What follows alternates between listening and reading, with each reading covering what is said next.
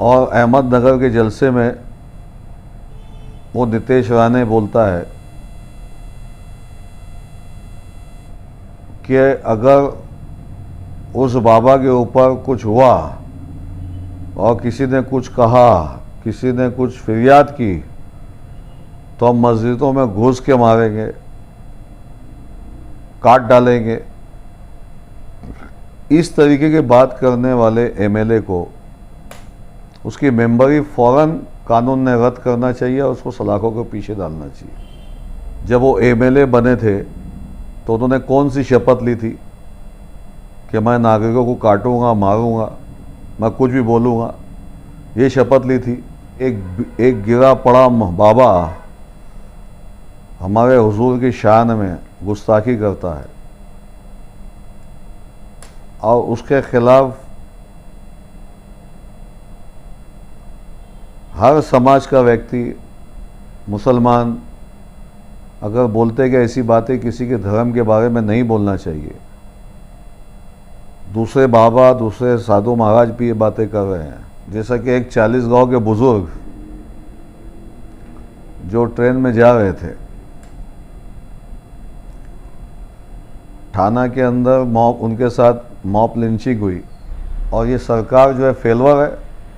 दादा भूसे साहब की रिपोर्ट्स पर सब्सिडी बहाल की, रजिस्ट्रेशन ऑनलाइन मनसूख किया।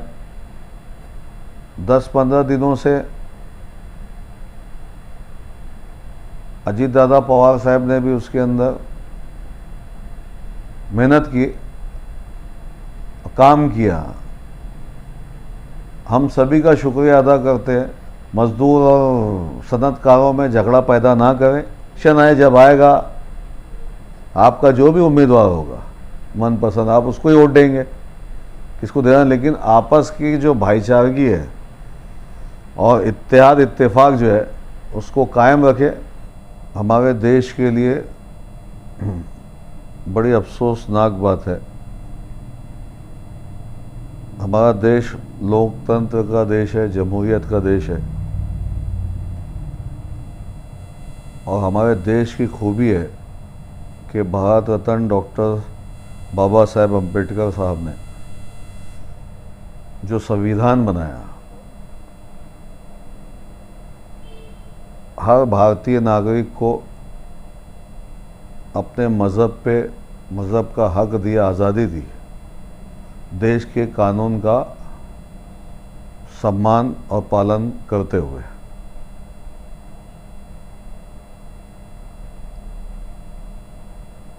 इन 10 सालों के अंदर हमारे भारत देश के संविधान की रक्षा, उसका मान, मर्यादा, लॉ एंड ऑर्डर्स, कानून जैसी पोजीशन को बालाए ताक रखते हुए उसको तोड़ा मोड़ा जा रहा है। ये देश के लिए, देश के अमन के लिए, भाईचारे के लिए ये खतरे की बात है। ऐसा नहीं होना चाहिए।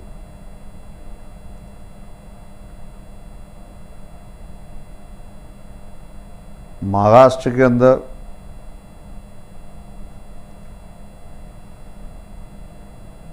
कुछ दिनों से, कुछ महीनों से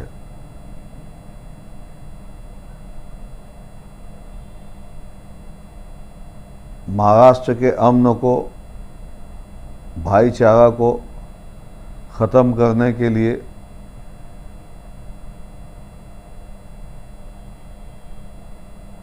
बीजेपी जैसी फिरकापरस्त पार्टी बड़े ज़ोर शोर से नफ़रतों का बाज़ार आम किए हुए हैं। लेकिन वो इतनी कोशिश करने के बावजूद भी हमारे देश के नागरिक, महाराष्ट्र के नागरिक के अंदर जो गंगा जमनी तहजीब है, जैसा कि अभी हाल ही में पार्लियामेंट के इलेक्शन हुए, पार्लियामेंट के इलेक्शन के अंदर हिंदुस्तान की, भारत के आवाम ने ये बता दिया कि वो किस जहन की है, वो किन लोगों को हुक्मरानी में रखना चाहती है। आज भारत के अंदर जो सरकार बनी है वो दो टांगों के ऊपर खड़ी हुई है, ऐसी सरकार बनी हुई है। तो ये लोकतंत्र की ताकत है कि लोग, देश की लोग अच्छे लोगों को पसंद करती है, चाहे वो हिंदू हो, चाहे वो मुसलमान हो, चाहे वो दलित समाज हो, चाहे वो सिख हो, चाहे वो पिछड़ी जाति का, जमाती का नागरिक हो। उसको देश प्यारा है, उसको देश का अमन प्यारा है, इसलिए वो ऐसे लोगों को पसंद नहीं करती। हमारे देश के प्रधानमंत्री मोदी जी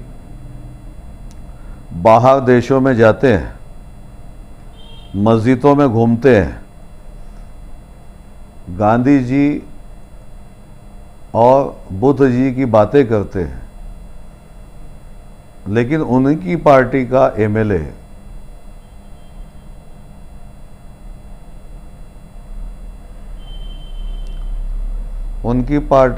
नीतीश राणे को क्या खुली छूट दे रखी है उन्होंने कि वो देश के कानून को मानते नहीं हैं। जब वो एमएलए बने थे तो उन्होंने कौन सी शपथ ली थी कि मैं नागरिकों को काटूंगा, मारूंगा, मैं कुछ भी बोलूंगा, ये शपथ ली थी। ये कानून का काम है और कानून ने इनको क्या छूट दे रखी है। ये बार बार कुछ भी बात करेंगे। एक गिरा पड़ा बाबा हमारे हुजूर की शान में गुस्ताखी करता है और उसके खिलाफ हर समाज का व्यक्ति, मुसलमान अगर बोलते कि ऐसी बातें किसी के धर्म के बारे में नहीं बोलना चाहिए, दूसरे बाबा, दूसरे साधु महाराज भी ये बातें कर रहे हैं कि किसी के धर्म की बातें नहीं करना चाहिए, धर्म के बारे में नहीं बोलना चाहिए, उसके बावजूद बार बार नबी की शान में गुस्ताखी करना। और अहमदनगर के जलसे में वो नीतीश राणे बोलता है कि अगर उस बाबा के ऊपर कुछ हुआ और किसी ने कुछ कहा, किसी ने कुछ फरियाद की, तो हम मस्जिदों में घुस के मारेंगे, काट डालेंगे। इस तरीके की बात करने वाले एमएलए को उसकी मेंबरी फौरन कानून ने रद्द करना चाहिए और उसको सलाखों के पीछे डालना चाहिए। अगर कोई दूसरे धर्म का आदमी इस तरीके के किसी दूसरे धर्म के ऊपर बात करेगा तो कानून का शिकंजा क्या होगा, ये भारत के देश के नागरिकों के अंदर एक समस्या पैदा हो गई है।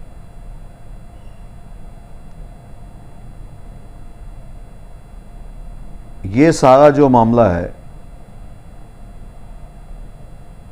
महाराष्ट्र के अंदर छत्रपति शिवाजी महाराज का जो पुतला बनाया,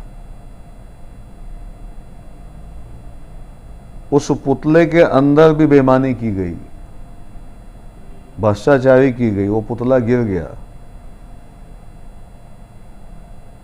आज विठंबा हुई उस शिवाजी महाराज साहब की और पूरे देश के अंदर इस सरकार के खिलाफ जो है गुस्से की लहर है। अब नागरिकों के अंदर इसके गुस्से की लहर है। उसका लहर खत्म हो देश के अंदर, महाराष्ट्र के अंदर, तो इस जैसे नीतीश राणे जैसे शख्स को छूट दे के रखी है बीजेपी ने कि आप मुसलमानों के खिलाफ बोलो और महाराष्ट्र का अमन बर्बाद हो, महाराष्ट्र का भाईचारगी लोगों के अंदर ही ख़त्म हो, इस तरीके की हरकत करने के ऊपर आमादा करने वाली बीजेपी सरकार है। इसको लगाम लगना चाहिए और देश का नागरिक भाईचारगी चाहता है। आप नफ़रतें फैलाते रहोगे, मोहब्बतें उससे फास्ट काम करते रहेगी। इसके पहले भी आपने रिज़ल्ट देखा पार्लियामेंट का, और विधानसभा में आप इसका रिज़ल्ट 100% देखोगे। इसलिए उद्धव ठाकरे के किसी नेतागण ने, इन्होंने उद्धव ठाकरे को भी कम ज़्यादा बोला, उनके नेतागण ने, मैं नाम भूल गया उनका, अभी 8 दिन पहले ही उन्होंने इस नीतीश राणे के खिलाफ इसको नेपाली और बद जानवर से ताबीर किया उन्होंने। ये फिर भी नहीं सुधर रहा है। इसलिए कानून से हम रिक्वेस्ट करते हैं और हाई कोर्ट और सुप्रीम कोर्ट से हम अपील करेंगे, हाई कोर्ट से अपील करेंगे, इसके अंदर आप खुद दखल लें और ऐसे लोगों को जो कानून तोड़ने की बातें करते हैं, ऐसे लोगों के ऊपर कानूनी शिकंजा कसना चाहिए, जिससे देश के अंदर अमान का और भाईचारगी का माहौल है। मैं आपके चैनल के माध्यम से, जैसा कि एक 40 गांव के बुजुर्ग जो ट्रेन में जा रहे थे, थाना के अंदर उनके साथ मॉब लिंचिंग हुई, उनके ऊपर जो है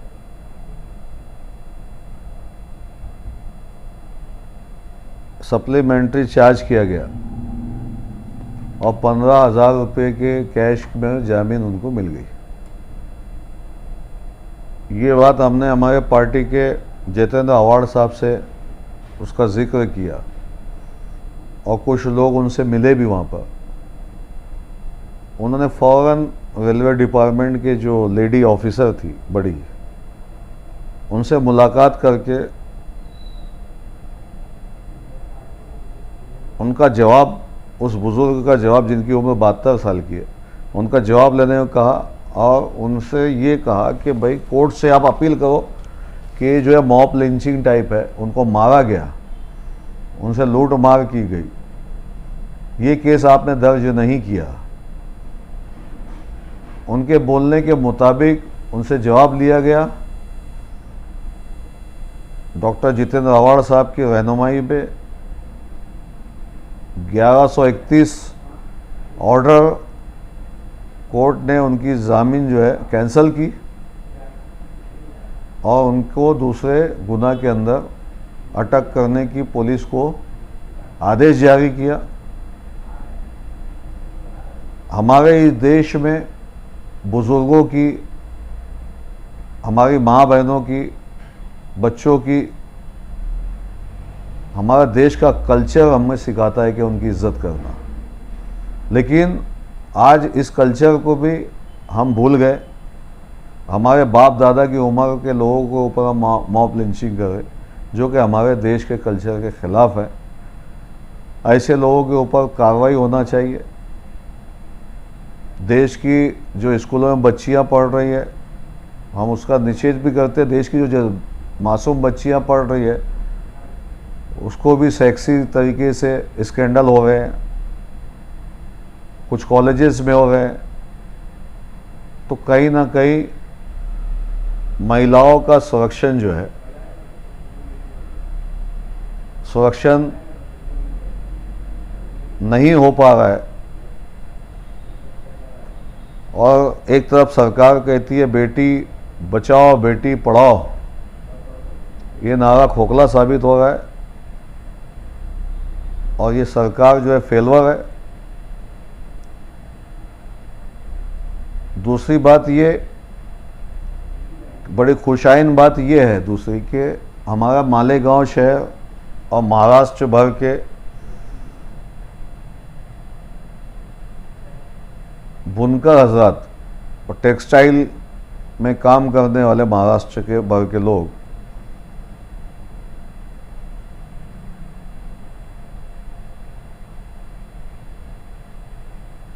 कांग्रेस राष्ट्रवादी की हुकूमत थी, उस टाइम में मिनिस्टर थे टेक्सटाइल के,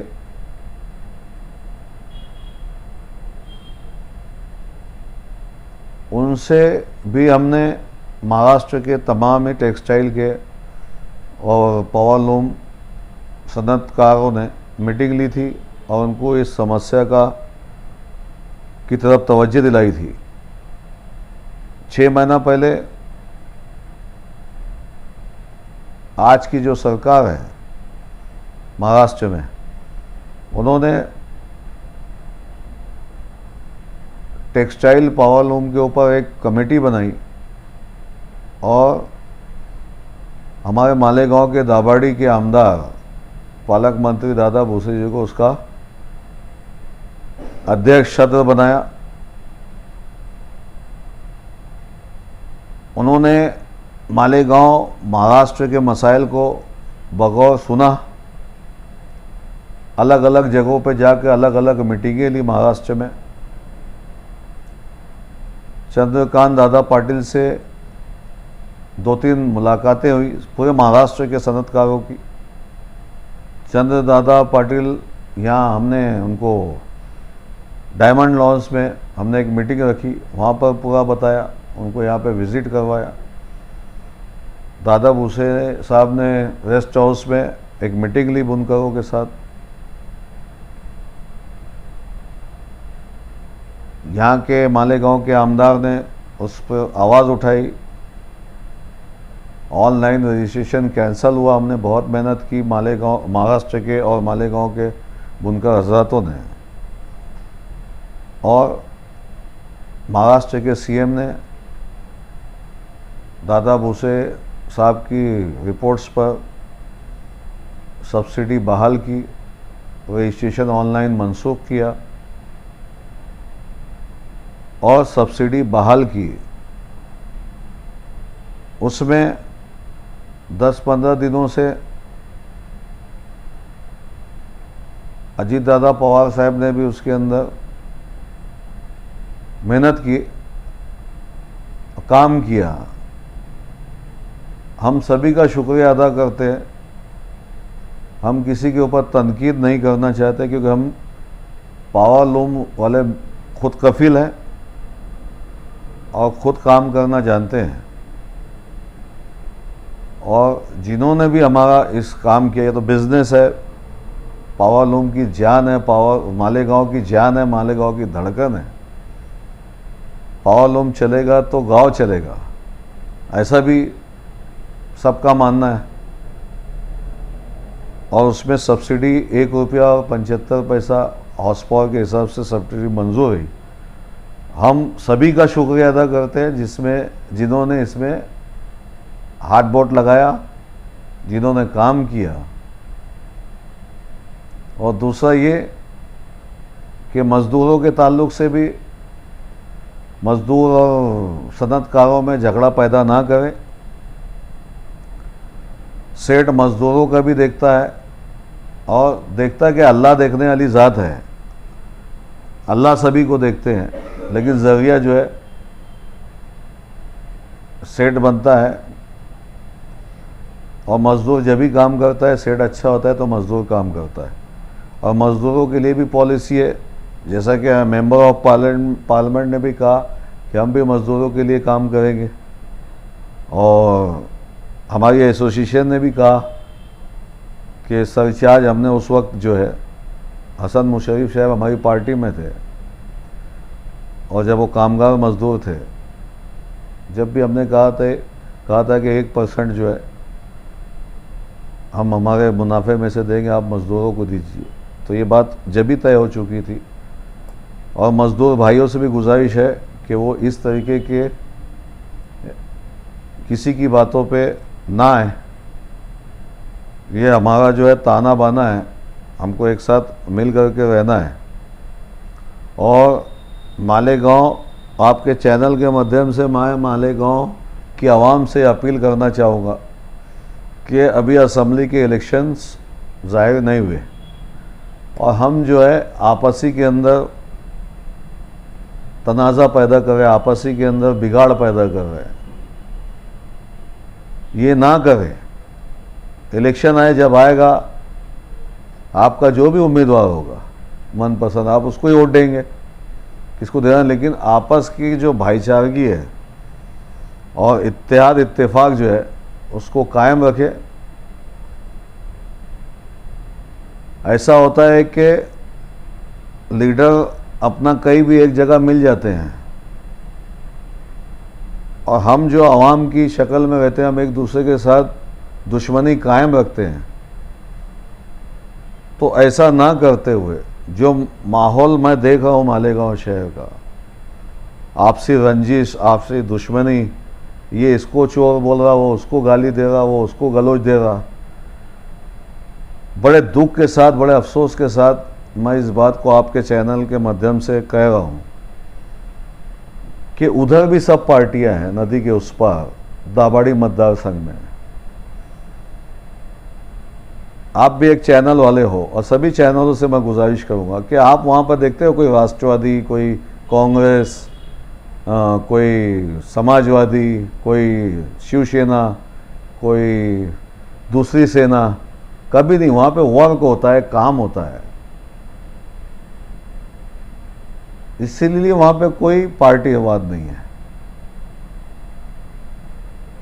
हमारे शहर में एक दूसरे के ऊपर तरजीह ले जाना ये चल रहा है और शहर का नुकसान हो रहा है। और शहर का नुकसान होने के साथ साथ आपस की भाईचारगी, आपस का मेल मिलाप, आपस की मोहब्बत, एक दूसरे के साथ जो बिजनेस है, एक दूसरे के साथ जो भाईचारगा है, वो ख़त्म होते नज़र आ रहा है।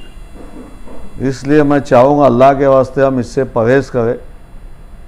सियासत करना है, आप सियासत कीजिए, स्टेज लगाइए, जब इलेक्शन आएगा बोलिए, लेकिन मैं इसको बोल रहा, मैं उसको बोल रहा, इससे मालेगांव का दबदबा कायम नहीं रहेगा। ना दबदबा कायम रहेगा, ना हमारी पोजीशन रहेगी। इसलिए गुजारिश कर रहा हूँ कि हमारे अंदर भी अमन का माहौल है, अपने अंदर भी भाईचारगी रहे और हम जो है नफ़रतों का खात्मा करें, मोहब्बतों को बांटे। अगर मेरी बात किसी को बुरी लग रही तो माज़रत के साथ मैं माज़रत कर रहा हूँ, लेकिन आपको तलकीन कर रहा हूँ। उलमाए कराम भी इस बारे में कह रहे हैं। तो अल्लाह और रसूल के लिए ये सब बातें ख़त्म कीजिए। अल्लाह हाफिज़, जय हिंद।